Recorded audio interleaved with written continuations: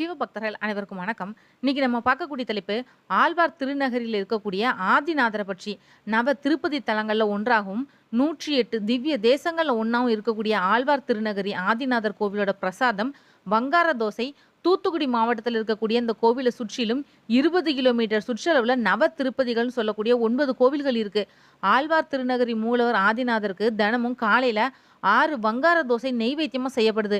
இது மட்டும் இல்லாம தென் திருப்பெரை கோவில்லையும் இந்த பிரசாதம் முக்கிய உற்சவங்களப்போ மட்டும் இடம்பெறுது. மகாவிஷ்ணு கிட்ட வரம் பெறுவதற்காக பூமியில தவம் செய்ய விரும்பினார் பிரம்மா. அதுக்கு ஏற்ற இடத்தை தனக்கு காட்டும்படி மகாவிஷ்ணு கிட்ட கேட்க, நான்முகனாகிய உன்னை படைக்கிறதுக்கு முன்னாடியே தாமிரபரணி ஆற்றங்கரையில சுயம்பு மூர்த்தியா நான் எழுந்தருளி இருக்கிறேன். அந்த இடம் தான் தவம் செய்ய ஏற்ற இடம்னு சொன்னாரு. தாமிரபரணி ஆற்றங்கரையில் இருக்கக்கூடிய ஆழ்வார் திருநகரில பிரம்மாவும் தவம் இருக்க தொடங்கினாரு. அதை பார்த்து இறங்கின மகாவிஷ்ணு காட்சி கொடுத்து தாமே குருவா இருந்து படைப்பு தொழிலுக்குரிய வேத மந்திரங்களை உபதேசம் செஞ்சாரு. நான்முகன் இங்க தவம் செய்யறதுக்கு முன்னாடியே சுயம்பு மூர்த்தியா பெருமாள் இங்க இருக்கிறதுனால ஆதிநாதர் அப்படின்னு பெயர் பெற்றாரு. குருநாதரா இருந்து உபதேசம் செய்ததுனால இந்த தலம் திருக்குருக்கூர் அப்படின்னு அழைக்கப்பட்டது. தாமிரபரணியோட தென்கரையில இந்த கோவில் இருக்கு.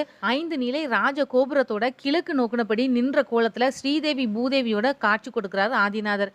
ஆதி நாச்சியார், திருக்குறுக்கூர் வள்ளி அப்படின்னு 2 தாயார் சன்னதிகள் இருக்கு. உற்சவரோட திருநாமம் பொழிந்து நின்ற பிரான். வராகர் தன்னோட மடியில பூமாதேவியை தாங்கினபடி ஞான பிரான் சொல்லக்கூடிய பெயரோட சேவை சாதிக்கிறாரு. லக்ஷ்மி நரசிம்மர், திருவேங்கடமுடையான், வேணுகோபாலன், ராமர், ஆஞ்சநேயர், தசாவதாரம், ஆழ்வார்கள், மணவாள மாமுனிகள், ராமானுஜர் சன்னதிகள் எல்லாம் இருக்கு. நம்மாழ்வாரோட அவதார தலம் தான் இது. ஆதிசேஷனோட அவதாரமான இவர் தெற்கு நோக்கி தனி சன்னதியில இருக்கிறாரு. இவருக்கு மாசி வைகாசியில கொடியேற்றமாகி திருவிழாவும் நடக்கும். ஆழ்வார் பெயராலேயே அழைக்கப்படக்கூடிய அபூர்வ தலம் தான் இது.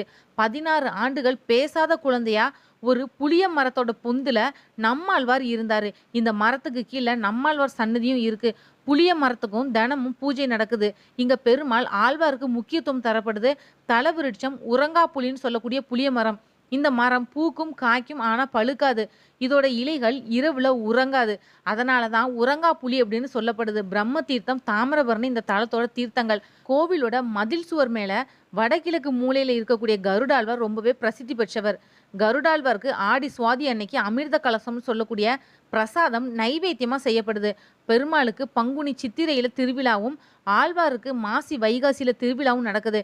வைகுண்ட ஏகாதசி, அரையர் சேவை, கருட சேவை, சித்ரா பௌர்ணமி, கிருஷ்ண ஜெயந்தி, நவராத்திரி, ஊஞ்சல் உற்சவம் இதெல்லாம் கொண்டாடப்படுது. காலை 6 மணில இருந்து 12 மணி வரைக்கும், மாலை 4:30 மணில இருந்து இரவு 8 மணி வரைக்கும் கோவில் நட திறந்திருக்கும். திருநெல்வேலி திருச்செந்தூருக்கு இடையில இருக்கக்கூடிய ஸ்ரீவைகுண்டத்துல இருந்து 5 கிலோமீட்டர் தொலைவில் தான் கோவில் இருக்கு. வீடியோவோட முதல்லயே நான் சொல்லியிருப்பேன் வங்கார தோசை பிரசாதமா படைக்கப்படுதுன்னு. அது எப்படி செய்யணும் அப்படின்றத பத்தி பார்ப்போம்.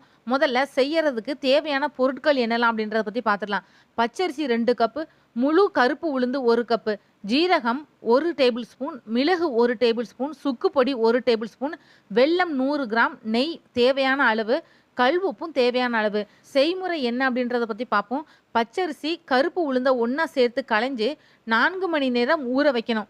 அதுக்கப்புறமா ரெண்டையும் நல்லா அரைச்சிக்கணும். அதை ஒரு பாத்திரத்தில் ஊற்றி 6 மணி நேரம் புளிக்க வைக்கணும். சீரகம் மிளகை தனித்தனியாக கடாயில் வறுத்து பொடியை திரிச்சு வச்சுக்கணும். சீரகப்பொடி, மிளகு பொடி, சுக்கு பொடி, சிறிதளவு கல் உப்பையும் புளித்த தோசை மாவில் சேர்த்து நல்லா கலக்கணும். வெள்ளத்தை பொடிச்சு தண்ணீரில் அதை போட்டு நல்லா காய்ச்சி வடிகட்டி வச்சுக்கணும்.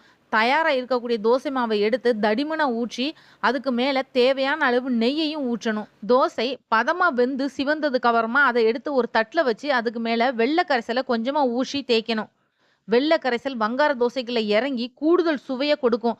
ஆழ்வார் திருநகரி ஆதிநாத பெருமாளுக்கு உகந்த வங்கார தோசை தயாராகிடுச்சு. இந்த வீடியோ உங்களுக்கு பிடிச்சிருந்தா மற்றவங்களுக்கு ஷேர் பண்ணி விடுங்க. நீங்களும் பெருமாளுக்கு பிரசாதமா இதை வச்சு கூட வீட்டில் படைக்கலாம். மற்றும் ஒரு நல்ல தலைப்பு நான் உங்களுக்கு சந்திக்கிறேன். நன்றி.